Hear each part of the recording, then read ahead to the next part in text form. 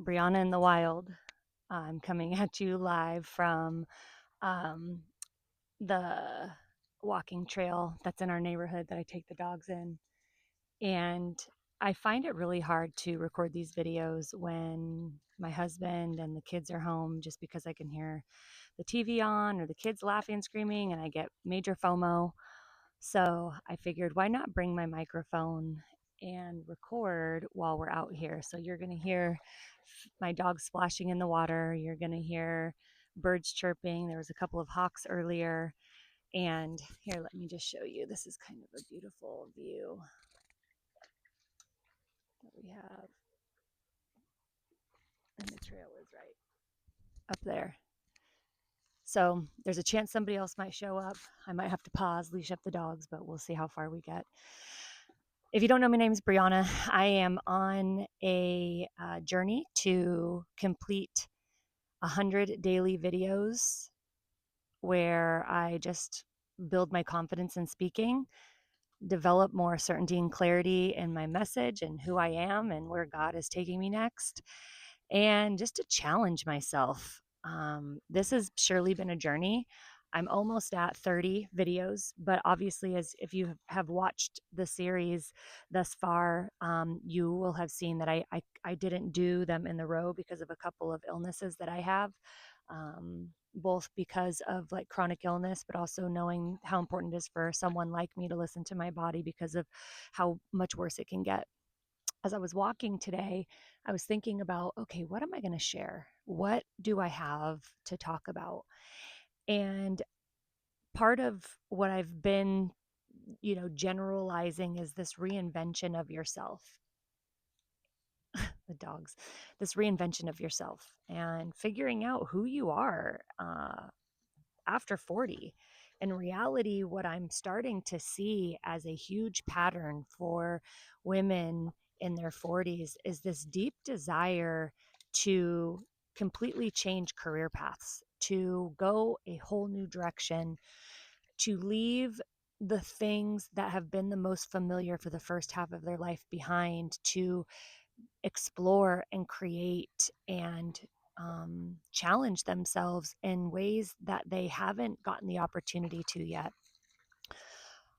Another content creator that I follow, that I'll have to post her name inside of the description because I can't remember it off the top of my head, described it as the millennial career crisis. And I believe that that is 100% true because I am in it. And unfortunately, because I am at where I'm at when it comes to my own financial crisis, it's very hard for someone to pivot when you don't have the luxury to, financially allow yourself a little bit of time to get recentered, regrounded, and move into that next thing. And so I'm having to, in real time, work, seeing, between 30 and 35 therapy clients a week while trying to find the energy and the stamina to explore my creativity and be in the stillness of God to figure out like what it is that he has next for my life. And so I just want to share that with you because if you're feeling like this, then please know that you're not alone. This is a conversation that I am having with a lot of my friends who are in their 40s as well, a lot of single moms who are in their 40s, a lot of single women in their 40s, a lot of married women in their 40s who have reached this limit. And what I truly do believe is that we aren't wanting to leave our careers because um, we're lazy and we don't want to work. We don't want to leave our careers because we don't have the motivation or the care to, create success or work a job. We want to leave because we are finding this lack of fulfillment and we are finding this sense of boredom in what we've been doing. I feel like that is happening for a couple of different reasons. Number one is, as millennials, we grew up with parents who emphasized going to college and starting a career no matter what. That a career fits, you are crazy. That a career is, no, man, that a career is you've made it. You've hit gold when you've struck a career that you have created security in, that you've created retirement in, that you have created a foundation for your family to live off of. We're recognizing, as we're seeing the generations behind us, that that is not as important anymore, that our own value of life has changed from foundational career success to finding peace and fulfillment and purpose in our day to day. And so I am learning these new parts of myself in real time, where the part of my brain that's been conditioned to be career driven is now wanting to take a back seat to say, no, I want to be purpose driven. I want to be fulfilled driven. And that's a really scary place to be, because there's still a little bit of uncertainty about what that actually looks like and where the money is going to come from, because we need money to survive. Um, I think the second piece of why we're at this place is because we've been working this job. We've been doing this thing that I know I'm talented and gifted in. I know my friends are talented and gifted in, but we are all in totality lacking creativity, and we're missing a sense of being more creative. And so I'm trying to find ways, when I have the energy, to engage in creative activities. For me, this is a creative activity. So I do feel excited every day because I have something to look forward to. But I know this isn't just it for me. I know that there's something more when it comes to using my skills and talents within the creative sector of my life. So when we are facing this crisis, but we're responsible for a family, we're responsible for children, it makes these changes feel a little bit more scary. And here is what I am starting to discover and encourage within my own decision making in this part of my life, which is that everything up until this point has also been scary. And I've made a lot of decisions from being scared, and it left me making poor decisions. And so, what I've decided to do is start making decisions out of both alignment and curiosity. Because as long as I'm curious and as long as I try something, it's going to show me whether or not it's in alignment or it's not. You know, when you're in alignment, you're in alignment when things start to kind of build momentum. You're in alignment when you get more and more excited about something. You're in alignment when you're receiving like messages and other feedback from other people that are experiencing what you're doing and saying, wow, there's something about this and there's something about you. That's why I feel like I'm in alignment with these videos, because it is allowing me to talk in long form about things that are important, things that I'm noticing. And it's also allowing me to challenge myself, and it's allowing me to get like expand on the things that I'm talking about. Now, this is my second video where I really have no notes and I'm talking off the cuff. And what I'm enjoying about that is, if you haven't noticed, I'm using less filler words. I am taking my time to speak and really collecting my thoughts as they come.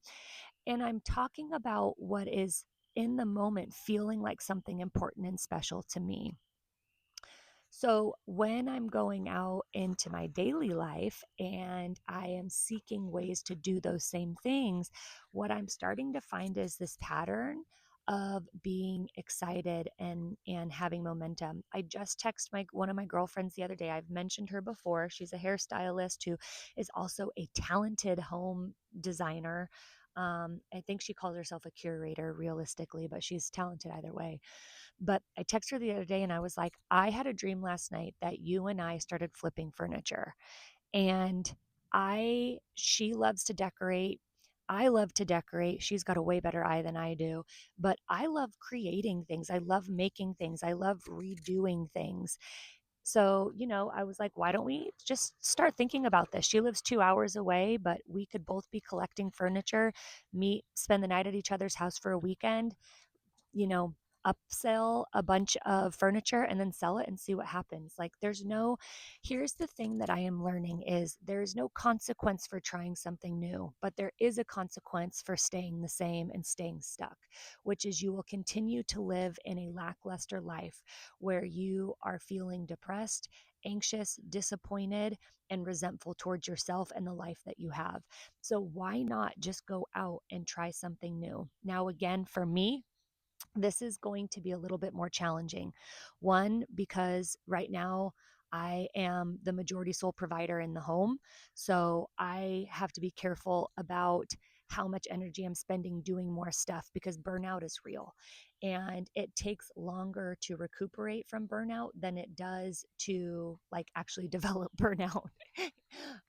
You can't rescue yourself from burnout from by like going to the spa and getting a facial. No, you actually need to rest, relax, and like allow your body to catch back up from how much you pushed it. So I have to be very careful about that. Now, Ace, come here. Fitz, come here. Come. You're being cuckoo. Um, the other thing that I have to be careful about is obviously I have a family. So I do have to prioritize my husband and my stepkids. So that I have to be really careful about for two reasons. One, they deserve my time. Two, I can't be resentful about the life that I chose that is quote unquote taking me away from things that I want to explore and try. So that takes a lot of emotional maturity and flexibility to be able to do that. So, be patient with yourself, be patient with your timing, because here's what I know about timing. God always has the best timing anyway. So there's no reason to rush something. There's no reason to force something. So just take your time and be gentle with yourself in that process. The other piece of this that I am learning and starting to step into is that I know, I feel it in my gut, and I know it's where God is taking me, is into bigger rooms with way more established people. Again, I don't know what that looks like and what I'll be doing there, but I do know it's where I belong. So I need to keep learning skills and I need to keep developing myself, meaning I need to learn to speak more clear. I need to be more convicted in my messaging. I need to be more clear in talking about who I am and what I do. But I also need to be more confident in knowing that I belong in those rooms because of the struggle that I have financially right now. Sometimes in the rooms I walk into, I feel like I'm an imposter or a fraud because they're all actually successful. And I don't see myself as successful in that area. And that's something that I'm working on. I do know, however, that most often in those rooms where people are the most financially successful, they are the least peaceful and joyful in their life. And I am able to find that peace and joy outside of, going through Perry. That is in and of itself just a hormonal experience, but overall I am at peace and at joy with my life. So those three things, right? Continuing to challenge myself and try new things, continuing to be flexible with the timing, continuing to put myself into rooms that are also expanding and challenging me. Because if you're staying in your job, but you're unhappy, and you're staying in your routine, but you're unhappy, and you're staying in the same circle and unhappy, how will you ever reinvent yourself, my friend? Like, it doesn't work that way. This is where you are being called to step in to something different, even if you have no idea what the outcome is going to be. And that's probably what excites me the most. One of my friends said, by 2028, things are going to be different. And I believe that to be true because in 2026, I'm already taking the action steps to do things differently. My mindset is changing, my belief about myself is changing, and the action steps that I'm already taking are changing. Now, here's the ironic thing about this. Back in 2020, mid 2024, this was I'd gotten baptized in 2024, was going to church, I was serving at church. People were starting to really recognize my style. They were like asking me how I thought about how I put these two pieces together. There was lots of commentary about it. So I started a group at church called Keep Me in the Closet, which was all about finding your personal style through discovering your identity in God and using your closet as a place to both pray, be grounded, but also rediscover yourself every single day. What I found through doing that group was this really beautiful experience of actually teaching women how to build self esteem and figure out who they are in Christ. It had everything to do with style, but that was like on the back end of everything. 75 women signed up for this group. What happened because I said yes to that group was I was asked to speak at two different events where the people in those rooms started to become friends and colleagues. And that room opened up to something even greater that I still am not allowed to share just yet. But I don't know if God really wants me to be styling women. That doesn't excite me, to be honest with you. But there's something about the permission slip that I'm giving people that excites me, and the rooms that that permission slip is opening up for me. So that's what I mean by like, the more that you start to discover who you are and own her, the more that you're going to start to be led into the spaces where I truly believe you are going to find and discover this new version of yourself career wise. But you've got to get outside of your comfort zone and you've got to get outside of what you're used to. So, yeah, I'm excited for where this is taking me. I don't know where it is. Um, I have no clue. But what I do know is I'm not going to just sit around and wait for it to happen. So I'm going to take you along the journey on things that I'm trying. Maybe it's going to be flipping furniture. Maybe it ends up being styling. I don't know. There's like, what are you interested in? What sort of things like pique your interest outside of your norm?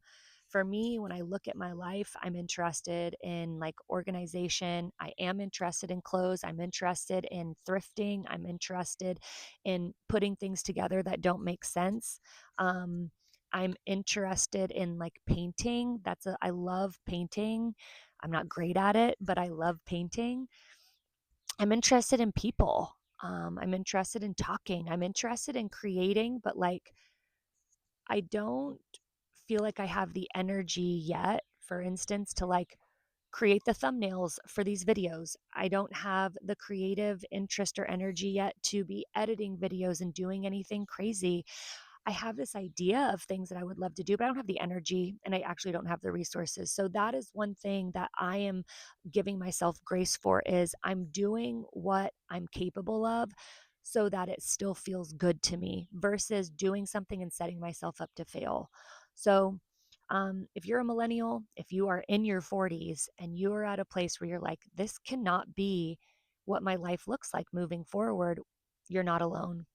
And I'm encouraging you, based on my own next steps in my life, to get out, try something different, go beyond your norm, and start to explore your own sense of creativity, because that is where you are your most playful. And when you're your most playful, you start to become more aligned with where God is taking you next. So, this is Brianna coming at you live. We'll see you tomorrow.